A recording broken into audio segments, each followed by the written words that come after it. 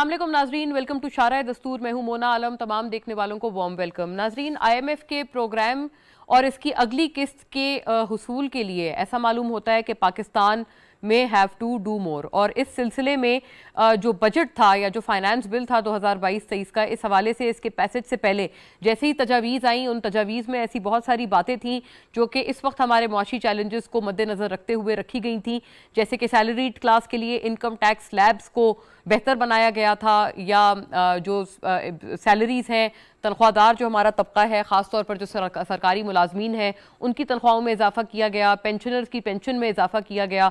इससे पहले भी एक 10% का इजाफा हो चुका था। ये बाय एंड लार्ज नाजरीन कुछ ऐसे डायरेक्टेड मेजर्स थे जो कि अवाम के जो प्रेशर्स हैं वो कम करने के लिए थे, ख़ासतौर पर महंगाई और बढ़ती महंगाई के पेश नज़र, क्योंकि पेट्रोल और पेट्रोलियम मसनूआत के हवाले से तो बजट में भी जो रोड मैप था उसमें भी यही बताया गया था, बजट तजावीज़ में भी यही बताया गया था कि इस सिलसिले में ना कोई सब्सिडी आइंदा आने वाले दिनों में होगी, बल्कि IMF की शराइत के मुताबिक GST और पेट्रोलियम लेवी भी लागू किया जाएगा। अब ऐसे में नाजरीन, बजट में जहां पर पेट्रोलियम मसनूआत के हवाले से एक महंगाई बढ़ने का मजीद खदशा था, वहां पर इसको मिटिगेट करने के भी मेजर ज़रूरी थे, लेकिन IMF ने अब इन तजावीज़ के ऊपर ये कहा है कि Pakistan will still have to do more, और इस सिलसिले में बिलखुसूस जो सैलरीड क्लास के लिए जो इनकम टैक्स स्लैब्स रिविजिट करने के बाद जो एक रिलीफ मिला था या जो एक बेहतरी आई थी, उसको IMF ने कहा है कि दोबारा रिविजिट किया जाए, जिसके बाद ये जो तमाम तजावीज़ हैं दोबारा से फाइनेंस जो स्टैंडिंग कमिटीज़ हैं मुतल्लिका वहाँ पर भिजवा दी गई हैं कि इनको दोबारा रिविजिट किया जाएगा। अब ऐसे में नाजरीन, अल्टीमेटली जो हमारा बजट होगा उसकी क्या शक्ल, क्या खदोखाल हो पाएंगे, ये एक बड़ा ज़रूरी सवाल है। और उन तमाम के होने के बाद क्या हमें हमारे मच नीडेड IMF प्रोग्राम की तोसी मिलेगी, अगली ट्रांच जो हम बहुत इस वक्त जिसकी शदीद ज़रूरत है पाकिस्तानी मईशत को, क्या वो मिल पाएगी या नहीं, ये भी एक ज़रूरी सवाल है। पिछली ट्रांच के हवाले से उसके हुसूल के लिए साबिक हुकूमत ने काफ़ी कमिटमेंट्स किया IMF को, लेकिन जब वो एक दफ़ा ट्रांच मिल गई तो हमने देखा कि साबिक हुकूमत ने ये किया कि उन्होंने पेट्रोल पर सब्सिडी दे दी। अब दैट सब्सिडी नाजरीन, that hasn't gone really well with the IMF। इसके ऊपर बात करेंगे क्योंकि मौजूदा हुकूमत ने भी उस सब्सिडी को फॉर अ गुड 1 मंथ बरकरार रखा था, बल्कि उसमें इजाफा हुआ था क्योंकि बैनुल-अक़वामी सतह पर पेट्रोल की कीमतें बढ़ गई थी। तो जाहिर है अगर उसको हमने मिटिगेट करना था और पेट्रोलियम कीमतों को पाकिस्तान में अनचेंज्ड रखना था तो उस सिलसिले में सब्सिडी भी हमें ज़्यादा देनी पड़ी, लेकिन उसके बाद बिल आखिर ये कड़वा घूंट पिया तो गया है, और सब्सिडी वापस करके जो पेट्रोलियम मसनूआत की कीमतें हैं उनमें एक दफ़ा फिर दोबारा से इजाफा हुआ है। पहले तो 60 रुपए का इजाफा क्यूमुलेटिवली हुआ था, अब उसमें मजीद जो रिसेंट इजाफा हुआ है उसके बाद IMF प्रोग्राम की क्या इस वक्त खदोखाल है और इस वक्त क्या प्रेजेंट सिनेरियो है, इसके ऊपर बात करेंगे। दूसरी जानिब नाजरीन, अमेरिका भी क्या पाकिस्तान की इस मुश्किल IMF प्रोग्राम में इसकी रिजम्पशन के लिए कोई मदद कर पाएगा या नहीं कर पाएगा, और इसकी सियासी क्या रेपरकशंस होंगी, इसके ऊपर भी बात करना इसी कंटिन्यूटी में ज़रूरी होगा। दूसरी बात नाजरीन FATF के हवाले से है, जिस हवाले से अच्छी खबरें हमें मिल रही हैं, अच्छी वाइब्स मौसूल हो रही हैं, लेकिन हुकूमत ये कह रहे हैं कि जब तक इसकी फॉर्मल अनाउंसमेंट नहीं हो जाती तब तक इस हवाले से कोई स्पेकुलेशन ना की जाए, लेकिन जहाँ तक इत्तलात का ताल्लुक है तो वो एक बहुत पॉजिटिव या मुस्बत अंदाज में पाकिस्तान मौसूल हो रही हैं। अब नाजरीन, अगर FATF की ग्रे लिस्ट से हम फाइनली निकल जाते हैं तो इसमें तो कोई शक नहीं है कि हमारे जो आगे मालियाती इदारों के साथ मामलात हैं मुस्तकबिल के, वो बेहतर हो जाएंगे, बिलखुसूस IMF के साथ जो कि काफ़ी हद तक लिंक करता है पाकिस्तान के इस प्रोग्राम को FATF के ग्रे लिस्ट से एग्जिट होने से।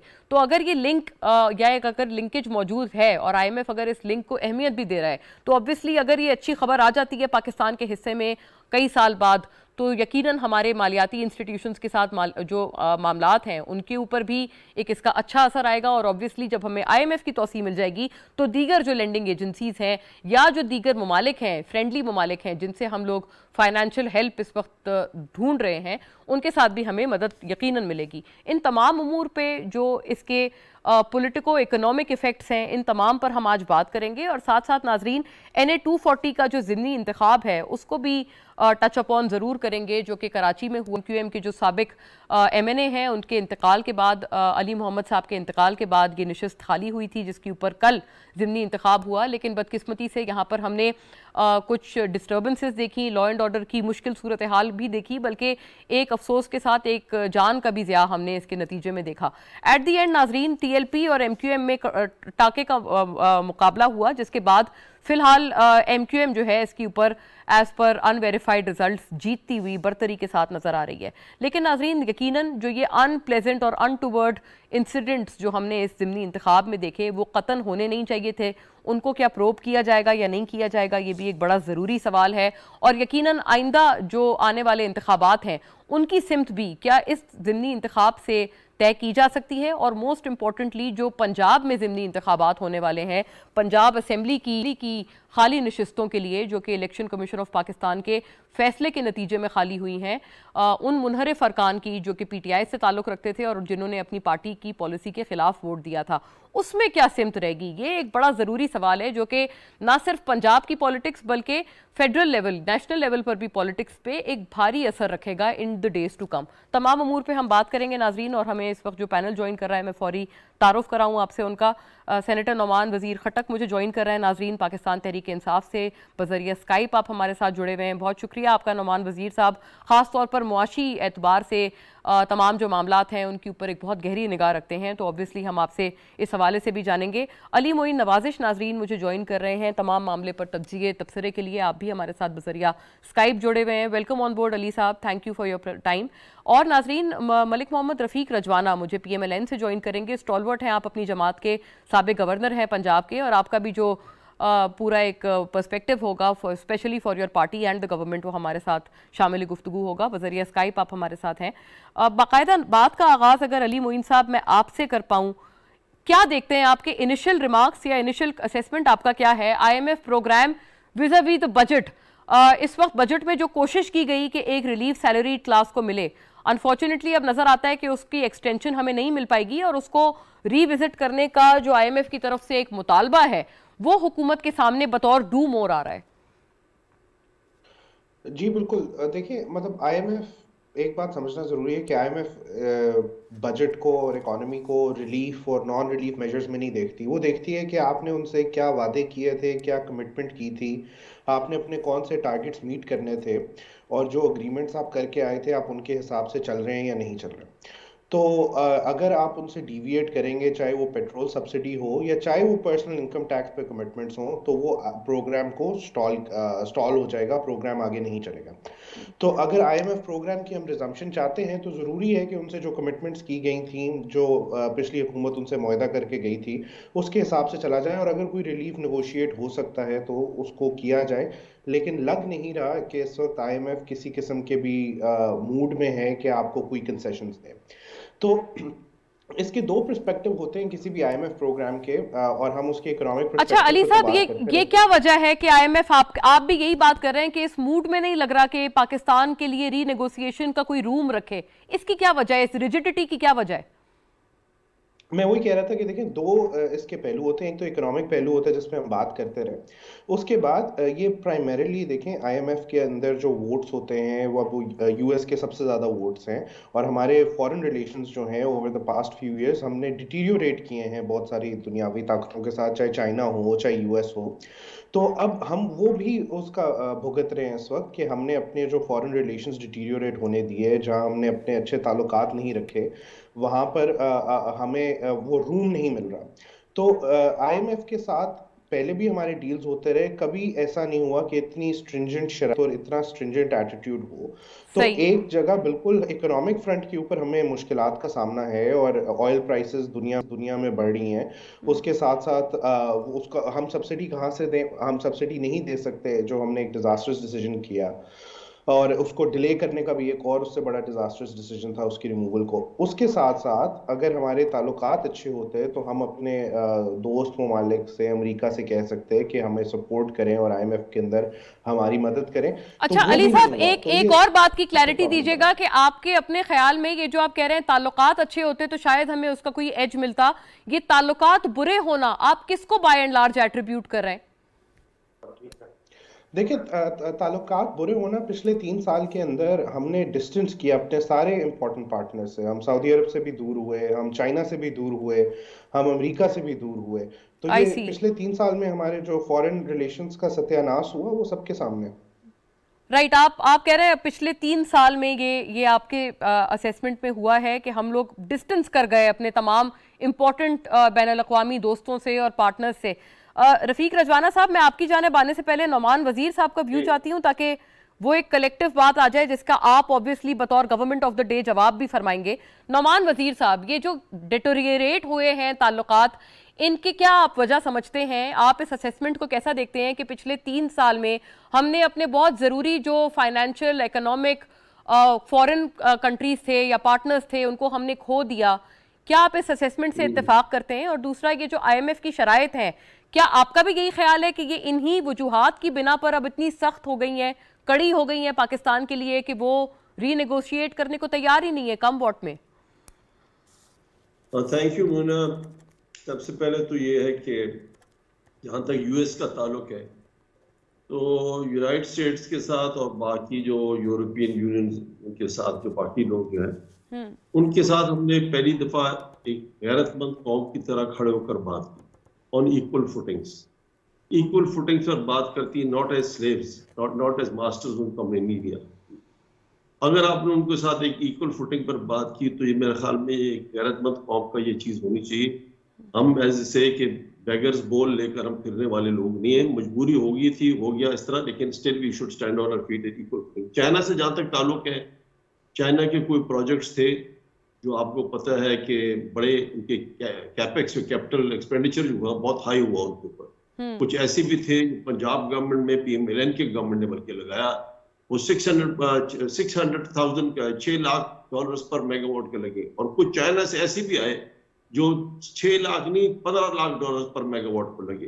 तो व्हाई दिस डिफरेंस? अगर उसको बात करें, हालांकि वो गवर्नमेंट टू गवर्नमेंट था, कोई पेपरा प्रोसीजर वगैरह फॉलो नहीं किया, गवर्नमेंट टू गवर्नमेंट था, उसके अंदर तो चाहिए था कि बड़े अच्छे रेट पर मिलते। अब वो हाई रेट पर जितना चाइना से प्रोजेक्ट्स लगे हैं, उसका चूंकि फाइनेंशियल चार्ज आता है, वो एक बिजली जितनी पाकिस्तान में बनती है वो महंगी बननी शुरू हुई। तो अगर आप वो आप अगर एक चैप्टर खोलते हैं, IPPs का चैप्टर खोलते हैं, उनसे बात करते हैं कि ये ज्यादा गलत हुआ है, तो मेरे ख्याल में ऑन इक्वल फुटिंग्स एक बड़े लॉजिकल तरीके से बात की जाती है, चाइना के साथ बात की है। तो इस पर उनकी नाराजगी कुछ हुई थोड़ी बहुत, लेकिन फॉर व्हाट रीजंस? कि आप पाकिस्तान में एनर्जी का कॉस्ट कम करना चाहते हैं। 27 रुपए अब होगी बिजली। आप इंटरनेशनली कम्पिटेटिव ही नहीं रहे, बल्कि आपका जो इम्पोर्ट्स हो रहा है उस इम्पोर्ट सब्स्टिट्यूशन भी आप नहीं कर सकते प्रोडक्ट्स के ऊपर। तो ये चीजें हुई कि हमने इंटरनेशनली अपने राइट्स के लिए या अपने इक्वल फुटिंग पर बात करने के लिए हमने कोशिश की, जिसकी वजह से आपके ख्याल में कि लोग नाराज हो गए और ममालिक नाराज हो गए। यस, यू राइट, कि मतलब कि पहली दफा देख रहे थे कि इन द लास्ट 30 इयर्स वो एक गैरतमंद गवर्नमेंट है और वो गैरतमंद तरीके से बात कर रही है, इक्वल फुट रोप से बात नहीं कर रही, लेकिन इक्वल फुटिंग बात करना चाह रही है। आई थिंक अगर इसमें कोई कोताही नहीं है, इट्स हाई टाइम। लेकिन नुमान साहब, एक ये भी आपसे अर्ज है कि अगर वाकईतन आपने इक्वल फुटिंग्स पे बात की तो फिर आपने IMF की कड़ी शराइत क्यों मान ली? बिलखुसूस पेट्रोल के हवाले से जो मुआहदा था, जो वेबसाइट पर IMF की अवेलेबल है, उस पर सिग्नेचर्स शौकत तरीन साहब और रजा बाकर साहब के हैं, जिसके अकॉर्डिंगली हमने लेवी भी बढ़ाना है, GST भी बढ़ाना है और कोई सब्सिडी नहीं देनी। देखिए, आप सही कह रही हैं, उसके अंदर हमारा 17% सेल टैक्स भी लगाना था, पेट्रोलियम पेट्रोलियम लेवी भी 30 रुपए तक जानी थी, उसका 5-5 रुपए इंक्रीज करना था। लेकिन वो अगर हमने नहीं की तो there is a reason why was हमारा टारगेट था 5.9 के करीब ट्रिलियन का टारगेट था रेवेन्यू का। जब आपने 6.1 या 6.15 अचीव किया तो 300 बिलियन आपने ज्यादा अचीव किया। आपने वो और जो स्टेट ओन्ड ऑयल कंपनीज है पाकिस्तान गवर्नमेंट की जो है, उनसे जो मुनाफा 1.2 ट्रिलियन पड़ा हुआ था, उनके पास पड़ा हुआ था, उसको यूज किया एज ए सब्सिडी। तो आपने अपना जो उनके साथ बात, तो ठीक है आप कहती हैं कि हमने इंक्रीज करना था पेट्रोलियम लेवी, लेकिन जब आपने उसकी सब्सिडी देनी शुरू, उसको यूज किया एज ए सब्सिडी, तो what is wrong about it? Similarly अगर PMLN की गवर्नमेंट चाहती तो उसको यूज कर सकती थी, अभी भी यूज कर सकते हैं, लेकिन उन्होंने उसको यूज नहीं किया और उसको जो है ना आपने सब्सिडीज को खत्म कर दिया। बल्कि आपने अब उस पर आइंदा जो PMLN गवर्नमेंट करेगी वो लगाएगी इस पर 17% टैक्स भी, 30 रुपए तक या इसको पेट्रोलियम डेवलपमेंट लेवी पर ले जाएगी, ये आपका चढ़ जाएगा। I can assure you now, अगर इस तरीके से चलते रहे इन नेक्स्ट 2 मंथ्स, ये पेट्रोल जो है ना आपका 240 से चल जाएगा 300 रुपए पर, 300 रुपए पर लीटर पर चला जाएगा, जो टू बी वेरी फ्रैंक उसके ऊपर मैंने इंटरनेशनल प्राइसेस $120 की, $110-115 क्रूड चल रहा है, बैरल चल रहा है। उस हिसाब से आपका अगर पीडीएल वगैरह है तो ये प्राइस आती है।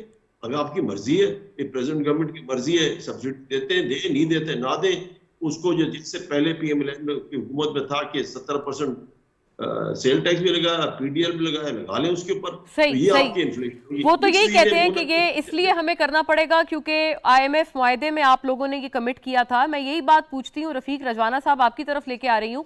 अली साहब ने जो एक शुरू किया जिस बात से अपना एनालिसिस, उन्होंने कहा कि हमने अपने ताल्लुकात खराब किए दोस्त ममालिक के साथ, लेकिन नुमान साहब ने अग्री करते हुए ये कहा कि उसकी वजह ये थी क्योंकि हमने पहली दफा उनसे बराबरी की बुनियादों पे बात की और अपने जो जायज राइट्स हैं उनके लिए बात की, ख्वाह वो चीन के साथ जो हमारे पावर प्लांट्स हैं उनके मुआहदे हों या अमेरिका के साथ मामला हो। उन्होंने कहा ये बराबरी की सतह पर बात करने की वजह से दरअसल ताल्लुकात खराब हुए।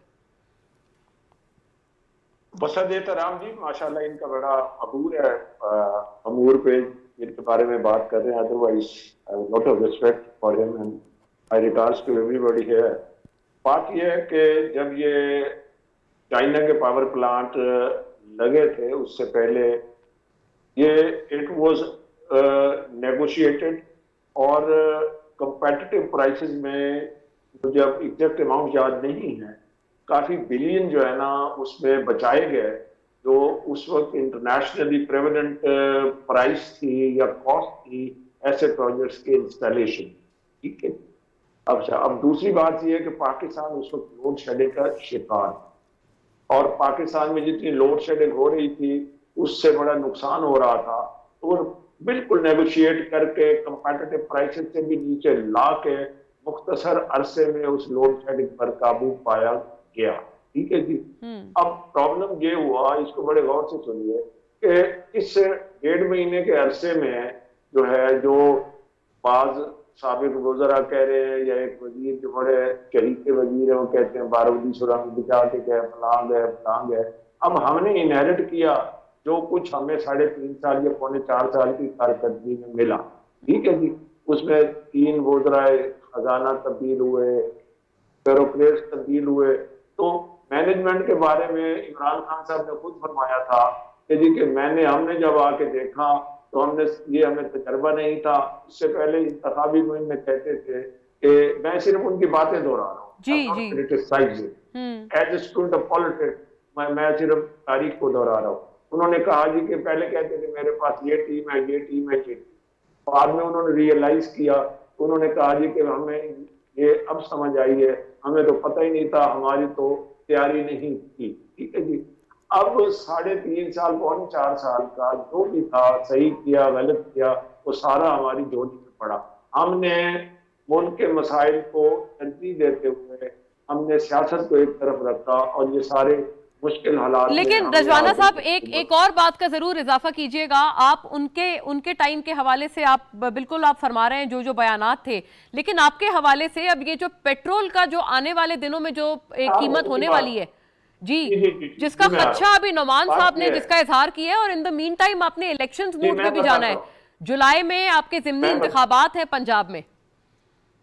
जी मैं बताता हूँ। देखें, अवाम पर जो बोझ पड़ा है वो साफ है, अवाम नाराज है, अवाम समझे भी सही, फिर भी जब जिसकी जेब पे बोझ पड़ता है, जिसने सारे काम करने हैं, कारोबार करने हैं, मजदूर ने मजदूरी करनी है, रिक्शा ड्राइवर ने रिक्शा चलाना है, ट्रांसपोर्ट करनी है, जो उससे कीमतें मल्टीप्लाई हो जाती है बाकी आइटम की, उनका तो शोर शराबा अपने तौर पे जस्टिफाइड है। उनको आप जितनी तसल्ली कराएं वो नहीं मानते। पिछले दौर में भी महंगाई की जितनी तसल्ली कराई गई, अवाम नहीं मानती, अवाम नहीं समझती, उसने तो अपना पेट देखना है कि क्या मेरी रोजी पूरी हो रही है। नहीं, मैं ये गुजारिश करता हूँ कि 3 साल का IMF का एग्रीमेंट, जिसने गालबन तीसरा साल सितंबर इसी 2022 में as per as subject to correction खत्म होना है। ठीक है, हमारे साथ तो उनको कोई मुआहदा अभी हुआ ही नहीं।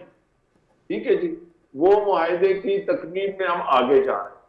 क्वेश्चन आ गया कि टारगेटेड सब्सिडी एंड अनटारगेटेड सब्सिडी, जाते हुए जिसको बारूदी सुरंग से एट्रीब्यूट किया जाता है वो ये है कि अनटारगेटेड सब्सिडी जो है पेट्रोल की कीमत बढ़ाने की बजाय उसको उस पर सब्सिडाइज कर दिया, चलो दे दिया, मगर उसका जो खमियाजा है अब भुगतना पड़ रहा है। इसके बाद इंटरनेशनल जो इस वक्त फैक्टर्स हैं उनको भी आप इग्नोर नहीं कर सकते। राइटली सेड बाय मिस्टर अपना सेनेटर साहब ने, उन्होंने ठीक कहा है कि तेल की कीमत जो है $120 बैरल से ऊपर चली। अमेरिका जैसे मुल्क में तेल महंगा, यूएई में महंगा, सऊदी अरब में महंगा, दुबई में महंगा, अच्छा अब लंदन यूके में महंगा, हर जगह में महंगा। यूक्रेन और रशिया की बाहर से भी बड़ा असर पड़ा। फूड क्राइसिस भी दुनिया में आने वाला, अल्लाह न करे आए, ठीक है जी। इन सारी चीजों को आप रखें। अच्छा मलिक साहब, वो तो यही कहते हैं कि उस वक्त भी बड़े ये बैनुल-अक़वामी हालात थे, जब वो कहते थे कि बैनुल-अक़वामी महंगाई हो रही है, तो आप कहते थे नहीं ये आपकी बैड गवर्नेंस है। मैं अब एक थोड़ी अर्ज कर, मैं इस पर भी बात कर लूं। एक होती है पॉलिटिकल माइलेज की स्टेटमेंट्स, वो पॉलिटिकल पार्टी देती रहती है, ठीक है ना। इससे पहले मैं एक प्रोग्राम में था, मैंने कहा कि काश हम सारे मिलकर ना एक फैसला कर लें कि अवाम को सच बोले, ठीक है, और अवाम को जो भी मुश्किलात आनी है उसके लिए दिमागी तौर पर तैयार करें। एक दफा अवाम को एक पॉलिटिकल पार्टी आसमान पर पहुंचा देती है, जब हालात आते हैं वो बेचारे जमीन पर बिल्कुल ऐसे ही है, बिल्कुल। अच्छा, इसलिए हमें ये एक कंसेंसस डेवलप करना पड़ेगा कि मुझे नजर आ रहा है कि दीवार के पार जो है ना हालात ठीक नहीं है, और मैं कहूँ दीवार के पार तो बड़े सख्त बाग है। सही, दुरुस्त। ये कंसेंसस की बात को जरा मैं आगे ले जाती हूँ। अली साहब, सब्सिडी के हवाले से आपने कहा कि ये तो इन्होंने भी गलत किया, मौजूदा हुकूमत ने भी गलत किया कि सब्सिडी की एक्सटेंशन की, लेकिन अभी आपने सुना सेनेटर नोमान वजीर ये कह रहे हैं कि उनके पास भरपूर फंड्स थे सब्सिडीज को फंड करने के लिए, और इस हुकूमत के पास भी है। But on the other hand हुकूमत कह रहे हैं कि हमारे पास तो फंड्स ही कोई नहीं है। देखें, चलें इस डिबेट को साइड पे करें कि फंड्स थे या नहीं थे, बट ये लॉजिक क्या है कि आप ब्लैंकेट सब्सिडी पूरे मुल्क को दे दें कि एक लैंड क्रूजर वाला जब भी पेट्रोल पंप के ऊपर जाता है उसको पर फ्यूल अप हुकूमत पाकिस्तान 5,000 रुपये तोहफा दे रही थी। वो पहले हमारी जो टैक्सेशन कलेक्शन है वो लो है, एलीट क्लास टैक्स नहीं देती, तो जब भी एक लैंड क्रूजर वाला जा रहा था आप उसे 5,000 उसकी जेब में डाल रहे थे पर फिल। This doesn't make sense. इस तरह की ब्लैंकेट सब्सिडीज जो हैं वो एक आपको डिस्करेज भी की जाती हैं पूरी दुनिया में, ना उसका कोई फायदा होता है और ना उनको इनकरेज करना चाहिए, ना उस पर पॉलिटिक्स करनी चाहिए। अगर इनकी गवर्नमेंट रह रही होती तो तब भी ये बिल्कुल ये सब्सिडी ना देते। This was more of a publicity stunt, और ये यही था कि बस आखिरी दिनों में जा रहे थे। लेकिन अली साहब वो इसके पॉलिटिकल एंगल पे भी बात करते हैं। वो कहते हैं कि जब हम लोग पैसे कीमत बढ़ाते थे बैनुल-अक़वामी मार्केट के पेश नजर पेट्रोल की, तो उस वक्त ये लोग बतौर ऑपोजिशन जो अभी गवर्नमेंट है वो तब भी उन पे क्रिटिसाइज करते थे।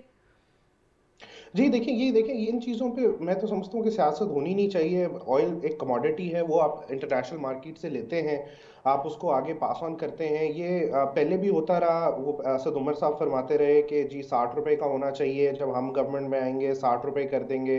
फिर ये भी करते रहे, इनके ऊपर क्रिटिसिज्म होता रहा कि अब ये इतने का होना चाहिए। तो अब चले बयानबाजी अपनी जगह ठीक थी, लेकिन जब ये सियासत आप सब्सिडी की फॉर्म लेती, और दोनों को मैं ब्लेम करता हूँ, पीएमएलएन को कंटिन्यू करने के लिए और पीटीआई को स्टार्ट करने के लिए सब्सिडी वाला माजरा, कि आपने इकोनॉमिकली हमें डैमेज किया, हमारे आईएमएफ प्रोग्राम को डैमेज किया, और हम अल्टीमेटली कॉस्ट तो हम इस सब की भुगत रहे हैं ना इस वक्त कि आईएमएफ प्रोग्राम डीरेल हुआ, डॉलर आज रोज बरोज ऊपर जा रहा है, हम अपनी डेट ऑब्लिगेशंस पे अल्लाह ना करे डिफॉल्ट के करीब जाने को ना आ जाए, श्रीलंका वाला हशर ना हो जाए। सिमिलरली अभी आपके रिजर्व्स रोज बरोज गिरते जा रहे हैं, और आपको, और जब आप प्रोग्राम से निकले आपको कड़ी से कड़ी शराइत का सामना करना पड़ रहा है। और एक बात सेनेटर साहब ने की, देखें हम कहते हैं जी हम गैरत के साथ खड़े हुए और हमने वो बात की। देखें वो मुल्क गैरत के साथ खड़े हो सकते हैं, वो मुल्क बात कर सकते हैं जिनकी अपनी इकोनॉमी स्ट्रांग हो। ये अब हम चौधरियों की तरह गाँव में फड़कें जितनी मार लें, जितनी बातें कर लें कि हम बड़े गैरतमंद कौम है, लेकिन हमारे इकोनॉमिक फंडामेंटल्स जो हैं they need to back that up. आपके पास आपकी एक्सपोर्ट्स है नहीं, आपके पास आपका जो पूरा हुकूमत का खर्चा है अगर वो कर्जों पे चल रहा है, तो आप हर चीज के लिए आपको बोरिंग करनी पड़ती है। आपके इकोनॉमिक फंडामेंटल्स नहीं है। आप $1 बिलियन के लिए आपने अभी डिफॉल्ट के करीब अगर आप जा रहे हैं, आप इतने पीछे पड़े हैं ताकि बाकी आपके लोन्स अनलॉक हों मल्टीलैटरल लेंडर से, तो आप क्या बात कर रहे हैं? तो आई मीन हमें अपनी कौम के साथ इस तरह की जो एक इकोनॉमी के मामले में पर्टिकुलरली इस तरह के सियासी बयानबाजी से हमें गुरेज करना चाहिए, बिकॉज ये लेकिन अली साहब अनफॉर्चुनेटली ये सारे लोग कहते हैं कि सियासी बयानबाजी मईशत पर नहीं होनी चाहिए, और सारे करते हैं, सब करते हैं। हाँ, क्योंकि इतना जबरदस्त मौका होता है ना पॉलिटिकली कैश करने का। अपोनेंट आपका नीचे होता है और हर बंदा पेन फील कर रहा होता है, तो उस पर बात करना बड़ा सिंपल होता है और बड़ा आसान होता है, और लोगों को वलवलाना भी बड़ा आसान होता है। देखो 230 का पेट्रोल हो गया, तो ये लोग हैं, ये जेब में पैसे डाल रहे हैं, ये करें वो करें, which is doesn't make sense.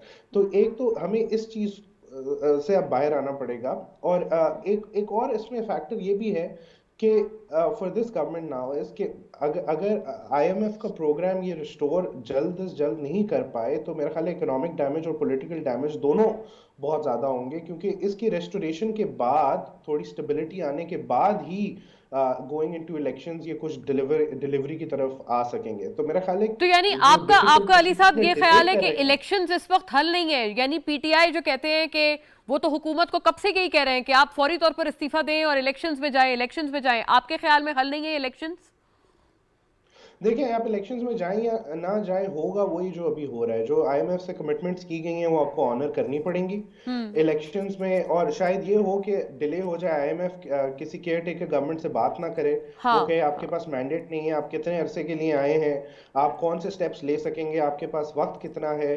तो ये सब चीजें फैक्टर इन करती हैं, और अगर आपने प्रोग्राम को बहाल करना है, आपने मईशत को बचाना है, तो आपको ये प्रोग्राम के अंदर वापस जाना है। हमारी डेट ऑब्लिगेशंस हमारे सर के ऊपर आ गई हैं, और ये देखें, कोई इसको डिनाई नहीं कर सकता कि वी हैव टू पे मतलब मल्टीपल्स ऑफ टेंस ऑफ 4 खरब का इस दफा जो अभी जो तजवीज थी उनके हिसाब से बजट का खसारा था, जो हमने किस तरह से फाइनेंस करना है। सेनेटर नोमान वजीर, ये अभी आपने जो एक अली साहब की बात सुनी है, वो ये कह रहे हैं कि होता क्या है कि ग्राउंड रियलिटी से दूर होकर आप लोग सियासी पॉइंट स्कोर करते हैं, और अवाम जो कि ऑलरेडी मुश्किल में होते हैं उनको हुकूमत बता रहे होते हैं, चाहे वो आपकी हुकूमत हो या उनकी हो, हुकूमत जो भी हो उनको बता रहे होते हैं जी ये प्रॉब्लम्स हैं, लेकिन अपोजिशन चाहे आप हो या वो उन प्रॉब्लम्स को आप समझें कि मैनिपुलेट करते हैं अपने सियासी फायदे के लिए।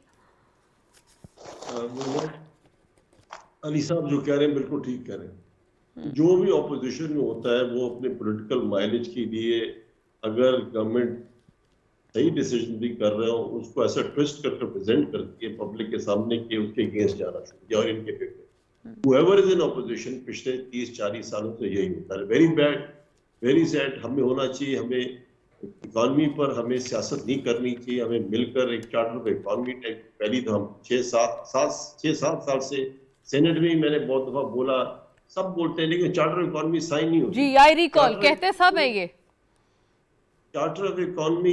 ये इस तरह नहीं होनी कि सारी सियासी लोग बैठे। चार्टर ऑफ इकॉनमी सारी सियासी पार्टीज बैठे और बिजनेसमैन और इंडस्ट्रियलिस्ट बैठे, इकोनॉमिस्ट भी बैठे, वो मिलकर एक चार्टर ऑफ इकॉनमी बनाएंगे तो वो फिर आगे चलेगा। अब मैं आपको बताऊं सबसे खतरनाक चीज आजकल क्या हो रही है, which is the biggest worry to me. 2 things. Number 1, आपका डेट जो है कोई 280 बिलियन का डेट है, विच ऑलमोस्ट 75%।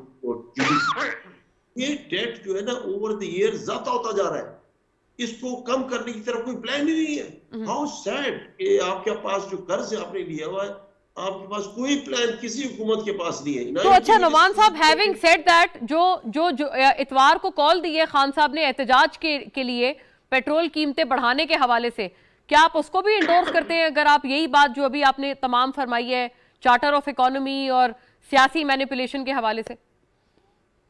देखिए, वो जहां तक है, देखिए आप मैं ये समझता हूं कि अगर ये फ्यूल पेट्रोल की डीजल की 250 लीटर जो है ना, ये बेशक 300 कर दे, लेकिन पब्लिक ट्रांसपोर्ट फ्री कर दे। ये है टारगेटेड सब्सिडी जो अली साहब बोल रहे थे। इस किस्म के वेरियस सजेशंस आने चाहिए सामने कि आप जो लैंड क्रूजरों में और गाड़ियों में फिरने वाले उनको तो छोड़े ना, जो गरीब आवाम जो 50,000 60,000 तनख्वाह लेने वाली है, उसका आप ख्याल करें, उसके लिए आपने कहना तो ये it has to be targeted. लेकिन ये जो महंगाई आपने ओवरऑल कर दी, आपको पता है इस वीक का क्या इन्फ्लेशन है? 27.8%, वीक ऑन वीक 27.8%। यानी आपके साथ जो लोग बैठे हुए हैं, आपके एरिया बैठे या आपके जो साथ वर्कर्स हैं या घर में काम कर रहे हैं, जो भी है, वो 25% गरीब हो गया in a week's time. So where are you heading? आपका जो फॉरेन एक्सचेंज है वो डिप्लीट होता जा रहा है। You are about to enter into default। अच्छा नुमान साहब, आप जिस चार्टर ऑफ इकोनॉमी की आप एंडोर्समेंट कर रहे हैं, आपकी पार्टी में क्या बाय एंड लार्ज इस चार्टर ऑफ इकोनॉमी का? क्या प्राइमरीली खान साहब आमादा हैं कि इस तरह का एक मिसाक मईशत या एक अंडरस्टैंडिंग एटलीस्ट मईशत के हवाले से हमारी सियासी जमातें डेवलप कर लें?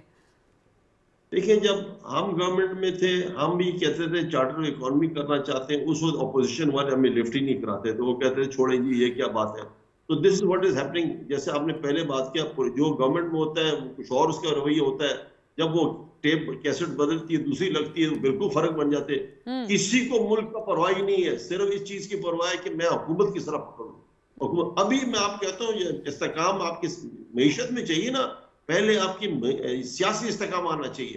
सियासी इस्तेकाम अभी इलेक्शन कराए, जिसकी हुकूमत भी आ जाए, PMLN क्या है, PPP क्या है, PTI का, आपका एकदम देखें इन्वेस्टर आना शुरू हो जाएगा इसके। अभी तो किसको पता ही नहीं है कि क्या होने वाला। सो सियासी economic stability comes through political stability, and at the moment there is no political stability. Correct, very true. ये वेरी सैड सिचुएशन है। मतलब हम क्या कर रहे हैं? हम अपनी पार्टी को उठाने के लिए, ऊपर जाने के लिए, चीप पॉपुलैरिटी के लिए शोर वो जो कर रहे हैं कि हमें विरासत में ये मिला या ये हुआ फलाना हुआ। आप भाई मईशत को ठीक करो, आप करो जिस तरह करो। लेकिन आपका ये, मैं एक और आपको फाइनली एक चीज बता दूं, आपका जिस तरीके से चल रहा है, मार्क माय वर्ड्स, अगस्त 1 को आप जो प्रोग्राम करें, डॉलर 270 275 का और फ्यूल 300 रुपए लीटर का होना है, और स्टिल गरीबों को कोई सब्सिडी नहीं नजर आ रही। कि टारगेट सब्सिडी जो अली साहब बात करें, रफीक रजाना साहब भी प्रॉब्लम कहें, टारगेट सब्सिडी देना, टारगेट सब्सिडी। जी रफीक रजाना साहब, आप सर देना बतौर गवर्नमेंट ऑफ द डे, हुकूमत वक्त, आप टारगेटेड सब्सिडी तो एटलीस्ट दे दें। और ये बड़ा खतरनाक किस्म का स्पेकुलेशन किया है नौमान वजीर साहब ने कि 1 अगस्त को 270 का डॉलर और 300 का पेट्रोल। Let me keep the record straight. Charter of economy में बात हो रही थी, इफ यू रिकॉल, कि मियां Shahbaz Sharif as leader of the opposition had clearly offered at the floor of the house कि आइए वज़ीर आज़म साहब हम बैठ के चार्टर ऑफ इकोनॉमी करें, ठीक है। और उस वक्त के वज़ीर आज़म साहब का पहले दिन से और आज तक एक ही बात थी कि मैं इन चोरों से हाथ नहीं मिलाऊंगा। आपकी नजर में कुछ भी थे, they were the members of the parliament, they were heading the political party। ये तो सिर्फ एक रेफरेंस दे रहा हूँ, ठीक है। ये बात है कि जब चार्टर ऑफ इकोनॉमी बनेगा उसमें सारे एक्सपर्ट बैठने चाहिए, कलेक्टिव सिस्टम पे वो बनेगा, बशर्ते के विल टू डू हो, बैठने की गुंजाइश, ठीक है जी।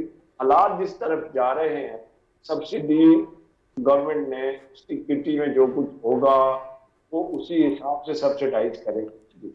अब जब ये सब्सिडी IMF की पेट्रोल नहीं देनी, प्लस गवर्नमेंट के रिसोर्सेज नहीं हैं और बाकी फॉरेन एक्सचेंज बहुत सतह पर आकर डिप्लीट हो रहे हैं, तो सारी चीजें सामने रखते हैं। तो कुछ चीजों में सब्सिडाइज तो वो हो रही हैं, फूड आइटम हो रहे हैं, बाकी चीजें हो रही हैं, कुछ चीजों में नहीं दी जा सकती। And no political government can afford to displease the people, तो उनको ऑफेंड करे। बिल्कुल, मैं ये समझता हूँ, ठीक है, कोई पॉलिटिकली अफोर्ड नहीं करता। दुरुस्त। और सर मैंने आपसे जो गुजारिश शुरू में भी, इब्तिदा में भी की थी कि आपके तो ज़िमनी इंतखाबात के हवाले से वक्त और भी क्रूशल है आपके लिए, जो कि पंजाब में होने वाले हैं। आपको पता है फ्यूचर रोड मैप पंजाब में खास तौर पे वजारत आला के लिए भी यही इंतखाबात के बाद आप सेट करेंगे। जी आई एम कमिंग दैट। बात हो रही थी कि इलेक्शन कराए, मसले का हल हो जाए, ठीक है जी। इलेक्शन की डिमांड है एक जमात की, PTI की, जी, जिसको 30% या 32% वोट, ठीक है जी। 13 या 12 जमातें पार्लियामेंट में बैठी, ठीक है। क्या एक जमात, ये मुतालबा पाकिस्तान का नहीं है, ये मुतालबा PTI का, ठीक है। PTI अपोजिशन में है, दैट इज सिंगल पार्टी, ठीक है जी। अब ये बताएं कि क्या उनके सिंगल पार्टी की जो है हुकूमत जो है हटाई गई, उनके मुतालबे पे इलेक्शन कराया गया, जबकि बाकी जमातें सारी जो है इवन पूरे पाकिस्तान की कौम परस्त बलोचिस्तान के बाकी तो सारी जमातें जो पार्लियामेंट में थी, तो उस टेन्योर को कंप्लीट होना चाहिए। They should come back and they should have 5 years की और पोजीशन में बैठ के काम करें, ठीक है। और रही बात ये कि इलेक्शन हो भी जाता है फिर किया, तो क्या ये जो इंटरिम गवर्नमेंट होगी उससे कोई दुनिया का कोई मुल्क या इवन IMF को काम करने को बात करेगा? क्या मुल्क जो है इलेक्शन में मसरूफ हो जाएगा तो क्या मजीद अफरा तफरी का शिकार नहीं हो सकता? Can we afford this instability in the given situation? Imran Khan sahab का मुतालबा मान सही, जी जी, तो कहते हैं इमरान खान साहब को इलेक्शन का जो है ना मुतालबा वो भी छोड़ देना चाहिए, अपनी हुकूमत जाने का काम भी छोड़ देना चाहिए, मुल्क की मईशत का फिक्र। और आने वाला इलेक्शन को दूर है, और जो पंजाब में इलेक्शन हो रहा है, बाई इलेक्शन हो रहा है, दूध का दूध पानी का पानी हो जाएगा। अगर एक बात और अर्ज कर दूं, आपने शुरू में कराची के इलेक्शन की बात, जी जी जी, ये मेरी बात इट्स वेरी इंपॉर्टेंट।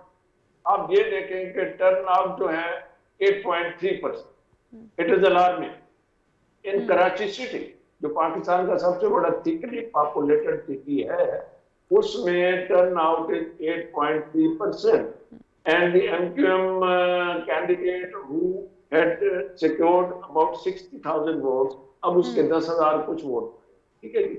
और एक सोच में तब्दीली आई है, वो TNP जो है वो दूसरी नंबर पे आई है। और ये बड़ा अजीब इलेक्शन है कि 10,600 जो है कुछ वोट, 85 वोट वो MQM के हैं और 10,600 कुछ वोट जो है वो TNP के हैं। सिर्फ 83 या 85 वोटों का फर्क है। तो आप ये देखें, आवाम की इंटरेस्ट देखें इलेक्शन में क्या है। जो जहां तक पंजाब का ताल्लुक है, इंशाल्लाह वी होप जी, ये काफी अलार्मिंग बात है। और जाहिर है बतौर गवर्नमेंट ऑफ द डे ये भी बात आती है कि जो तसादुम हुए उसके नतीजे में एक शख्स भी जा बहक हुआ है, तो क्या इसकी भी एक इंटेरोगेशन या इसके ऊपर कोई तफ्तीश नहीं होनी चाहिए? वो तो होगी आने वाले दिनों में। आपको पता है कि elections are getting bloodier day by day, और ये बड़े अफसोस का मकाम है। मैं इंटॉलरेंस आ गई जी जी बिल्कुल, जो है ना लोगों को बेइज्जत करना, क्रेडिट दिया जाता है, ठीक है जी। पॉलिटिक्स में लोगों को खराब करना, उनके स्कैंडल बनाना, उनका सारा कुछ करना, इस तरह से नौजवान नस्ल हो या कोई हो पाकिस्तान के लिए काम करें, एक दूसरे का एहतराम करें। टॉलरेंस नहीं होगी, intolerance will lead into a big crisis। ये एक बड़ी जरूरी बात है, इसके ऊपर आगे भी बात करते हैं कि ये अदम एक जो आ गया है, बर्दाश्त आ गई है। ये thank you for correcting me. अदम बर्दाश्त हमारी सियासत में ये किसके हवाले से? क्या तमाम जो सियासी लीडरशिप है, क्या इसके ऊपर एटलीस्ट कंसेंसस नहीं होना चाहिए कि हमने इन तरह के जो एक रिवायात हैं उनकी नफी करनी है? लेकिन नाज़रीन, FATF के हवाले से भी एक अच्छी खबर इंशाल्लाह पाकिस्तान के पास सेफली, मैं ये कह रही हूँ कि हमें जो है वो मौसूल हो जाएगी इन टाइम्स टू कम। मैं रजवाना साहब प्लीज एक मोमेंट इस मामले पे रुकिएगा, क्योंकि बड़ी ज़रूरी बात है। इसके ऊपर मैं आप तमाम की तरफ आती हूँ, लेकिन SSP सुमेरा आजम मुझे ज्वाइन कर रही हैं, एडिशनल डायरेक्टर FIA। उनसे ज़रा बराह रास्त जान लेते हैं कि ये प्रोग्रेस के हवाले से आर वी सेफ टू से कि हम लोग ग्रे लिस्ट फाइनली अब निकलने लगे इस लिस्ट में से? सुमेरा साहिबा, आपका क्या इस पे कमेंट है? 34 पॉइंट्स पे हमने कंप्लायंस पूरी कर ली है। ये बिल्कुल, ये पाकिस्तान के लिए बड़ी खुशाइंद न्यूज़ है। पाकिस्तान एक्चुअली 2 तरह के एक्शन प्लान था, एक टेररिज्म से रिलेटेड था, दूसरा मनी लॉन्ड्रिंग से रिलेटेड था। तो सारे के सारे जो 34 नकात थे उस पर पाकिस्तान अमल दरामद कर चुका है। कुछ देर पहले प्लेनरी फैटफ की जो है उसने ये डिसीजन अनाउंस भी कर दिया। इसके बाद एक्चुअली इवैल्यूएशन प्रोसेस में एक ऑन साइट विजिट होता है FATF टीम, जो कि वो ऑन ग्राउंड पाकिस्तान में आकर हमारे सिस्टम देखेंगे और उनकी सस्टेनेबिलिटी और कंसिस्टेंसी को असेस करेंगे। तो उसके बाद होपफुली अक्टूबर तक फाइनल डिसीजन जो है वो FATF अनाउंस करेगा हमें ग्रे लिस्ट से निकालने के लिए। यानी अभी अगर आज के सेशन की बात करें तो अभी हम लोग ग्रे लिस्ट को एग्जिट नहीं करेंगे, ये हतमी फैसला या अनाउंसमेंट FATF की तरफ से अक्टूबर में होगी, आप कह रही हैं? जी बिल्कुल, हतमी फैसला अक्टूबर में होगा, लेकिन एक्शन प्लान्स के साथ तमाम नकात चूंकि हमने मुकम्मल कर लिए, तो जो हमारे चांसेस हैं ग्रे लिस्ट से बाहर निकलने के वो बहुत ज्यादा रोशन हो गए। तो एक तरह से प्रोविजनली हम अपने आप को ग्रे लिस्ट से आउट कंसीडर कर सकते हैं, but hopefully on site visit के बाद ही ये हतमी फैसला। जी, वेरी फेयर। अच्छा नाजरीन, ये बड़ा है क्योंकि एक ज़रूरी पाकिस्तान के हवाले से ये एक बहुत ज़रूरी मकाम है और बहुत ज़रूरी डेवलपमेंट है। और जैसे इब्तिदाई में मैंने अर्ज़ किया था कि इसके बाद हमारे जो लेंडिंग एजेंसी से मामलात हैं, ख़ास तौर पर बिलखुसूस IMF के साथ, उसमें हमें बहुत आसानी मिलेगी। Thank you for joining us SSP Sumera Azam. नाजरीन, हमारे सामने भी हमें बताया कि provisionally Pakistan should consider itself out of the FATF grey list. Ali Moin साहब, मैं आपकी तरफ अगर ये मामला लाऊं, बहुत अच्छी खबर है पाकिस्तान के लिए। इतने साल बाद हमने ये एक फीट है जो अचीव किया है, लेकिन बदकिस्मती से आप भी देख रहे हैं, मैं भी देख रही हूँ, ट्विटर पर PTI और PMLN और पीपल्स पार्टी बिलखुसूस, क्योंकि पीपल्स पार्टी देख रहे हैं खारजा उमूर के मामलात, इस वक्त लड़ाई कर रहे हैं कि ये किसका क्रेडिट है और इसमें किसने गलत किया और किसने अच्छा किया। ये हाउ सैड इज दिस? हाँ, नहीं, ये लड़ाई तो चल रही है। अच्छा, इंटरेस्टिंगली देखें, ये ना पहली दफ़ा है कि पाकिस्तान ग्रे लिस्ट पे गया था और ना पहली दफ़ा होगी कि पाकिस्तान निकला था। पाकिस्तान 2010 में भी ग्रे लिस्ट में गया था और 2015 में भी निकला था।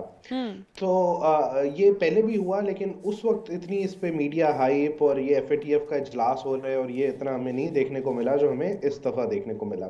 तो जस्ट एक हिस्टोरिकल पॉइंट कि ये पहले भी हो चुका है और पहले भी हम निकले थे, अभी ये दोबारा हुआ और अब हम दोबारा निकल रहे हैं। एसेंशियली ये कंप्लायंस होती है कि आपके मनी लॉन्ड्रिंग और टेररिस्ट फाइनेंसिंग के हवाले से आपके बैंक्स के और आपके फाइनेंशियल सिस्टम की इंटेग्रिटी और चेक्स कितने हैं कि जब वो ग्लोबल फाइनेंशियल सिस्टम के साथ लिंक होता है तो कोई रिस्क आगे आप कैरी फॉरवर्ड तो कर नहीं रहे होते। जहाँ तक आपने बात की कि बिल्कुल अच्छी खबर है, इससे ease of doing business, especially cross border transactions, उसमें आसानी होगी। लेकिन क्या लेंडिंग एजेंसीज में हमें को बहुत इसमें फ़ायदा होगा कि हम ग्रे लिस्ट में नहीं हैं या IMF प्रोग्राम हमारे लिए आसान हो जाएगा? आई थिंक वो थोड़ा सा स्ट्रेच है। ये एक अलग डोमेन में है, जो IMF और वो बाकी सारी चीज़ें हैं वो अलग डोमेन में हैं, but still it's a good news. और आप अपने न्यूट्रल पर्सपेक्टिव में अली, आप किसको इसका क्रेडिट देते हैं? क्योंकि PTI कह रहे हैं जो कंप्लायंस है, लेजिस्लेशन है, तमाम उनकी हुकूमत ने की है, लेकिन हुकूमत वक्त कह रहे हैं कि नहीं, जो डिप्लोमेसी है वो हमने की है, और PTI तो by and large anti west थी।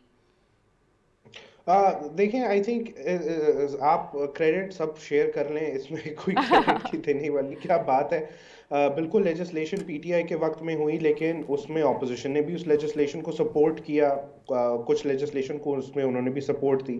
उसके साथ साथ आप उनको भी क्रेडिट दें जो हमारे इदारे हैं, जो हमारे एक्चुअली लॉ इन्फोर्समेंट एजेंसीज हैं जिन्होंने काम किया। आप स्टेट बैंक को भी क्रेडिट दें जिन्होंने इस पर पॉलिसी मेकिंग की। तो मतलब it was a collective effort, सिर्फ एक पार्टी का एफर्ट नहीं हो सकता। अगर एक पार्टी की उस वक्त गवर्नमेंट थी तो अगर मैं वो मजाक में कह रहा था कि चलें, अगर उस वक्त के काम का आप अभी क्रेडिट ले रहे हैं तो उस वक्त की IMF डील का भी इस वक्त क्रेडिट ले लें। वो क्रेडिट आप लेने के लिए तैयार नहीं है, आप ये वाला क्रेडिट लेना चाह रहे हैं, तो क्रेडिट आप सबको दें आप।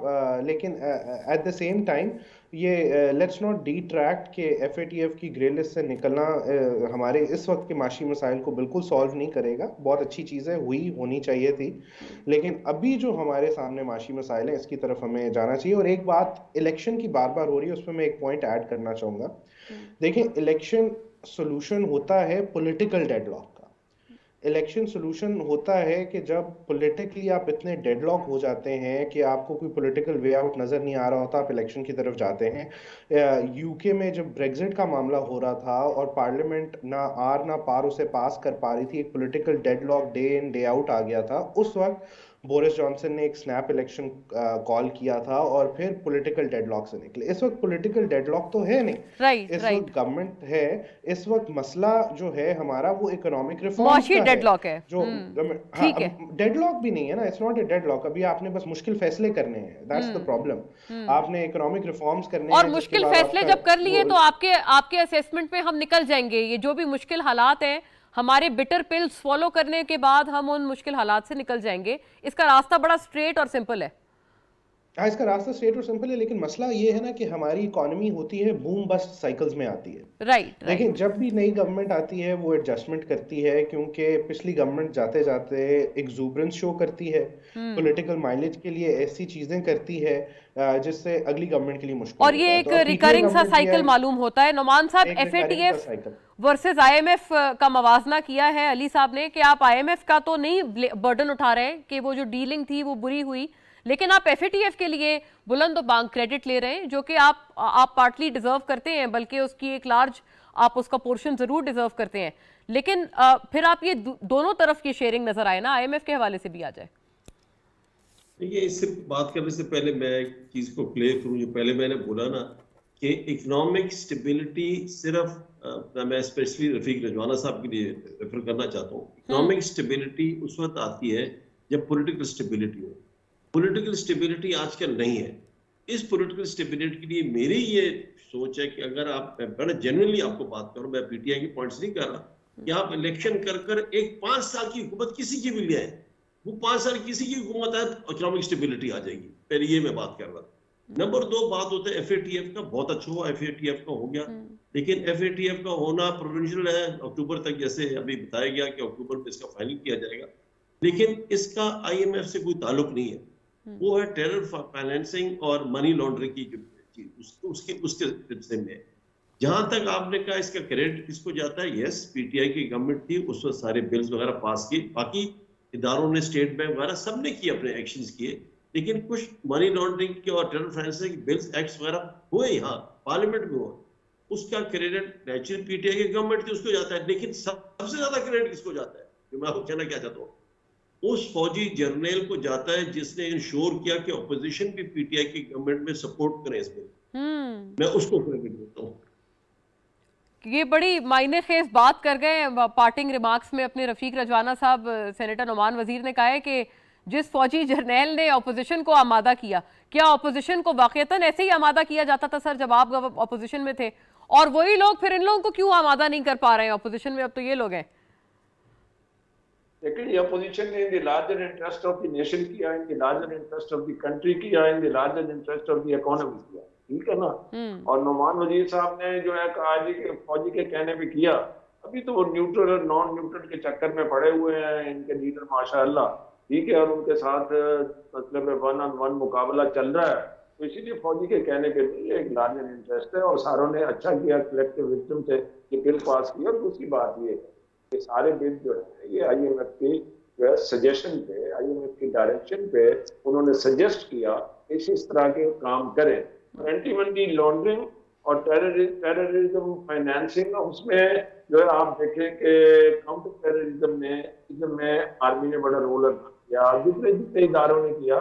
जो क्रेडिट मतलब पिछली गवर्नमेंट को जो हिस्से के हिसाब जाता है वो भी जाना चाहिए, बिल्कुल, why not. But the question is ये सारी चीजें कलेक्टिव विजडम से होनी है। बिल जो पास हुआ है उसमें पूरी पार्लियामेंट को क्रेडिट देना चाहिए, उन्होंने सपोर्ट किया।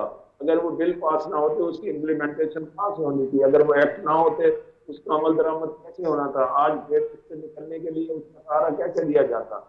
तो मैं ये समझता हूँ जहाँ अच्छा काम हो तो जिसका क्रेडिट हो उसको जरूर देना चाहिए। और इस बिल पास करने में फौजी वाली बात को, अच्छा मलिक साहब एक आखिरी जुमला जरूर फरमाइएगा। नोमान साहब ने ये भी साथ कहा है कि 5 साल जिसकी भी हुकूमत हो उसको रहने दिया जाए, तभी सियासी इस्तेहकाम आएगा। और वो रेफरेंस उनका था ना, वो आई एम श्योर ये तहरीक अदम एतमाद की तरफ था। देखिए 5 साल रहना चाहिए, मगर अगर महसूस हो कि 3.5 या 4 साल में इसको 1 साल या 1.5 साल और दिया जाए तो काम और भी खराब हो जाएगा। तो they have exercised their constitutional right, and there is another government by way of exercising their constitutional right. या तो राइट नाजरीन, मुझे यहीं पर वाइंड अप करना पड़ेगा। तमाम हजरात का शुक्रिया। मलिक मोहम्मद रफीक रजवाना, सेनेटर नोमान वजीर और अली मोइन नवाजिश साहब ने हमें ज्वाइन किया था। फोन लाइन पे एसएसपी सुमेरा आजम साहिबा से भी हमारी रिगार्डिंग एफएटीएफ बात हुई। Thank you for watching. Allah Hafiz.